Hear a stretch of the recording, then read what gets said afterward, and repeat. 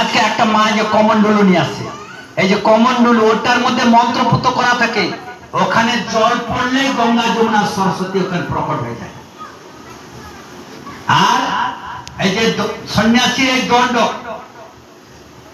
কায় মানে শরীর, মন আর বাক্য যে ভগবানের ভজন করবে, এটা ত্রিদণ্ড।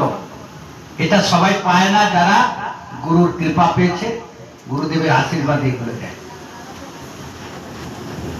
সেই তো স্বয়ং ভগবান ছিল, ওরা পালন করার সে তো সবই জানে।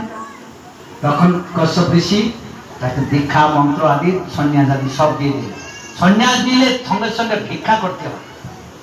হাতে এই যে আমাদের গলায় যে বস্ত্রটা আছে না, এটা হলো গল বস্ত্র, মানে এই যে আমাদের ভিক্ষার ঝুলি, এটা আমরা ধরে ভিক্ষা করতে যাবো। অনেক বড় ঝোলা লাগবে না, এটার মধ্যে 3-4 মুঠি যা হবে ওইটা নিয়ে এসে গুরুর কাছে দক্ষিণা দিতে হবে। ভিক্ষার সময় ভিক্ষা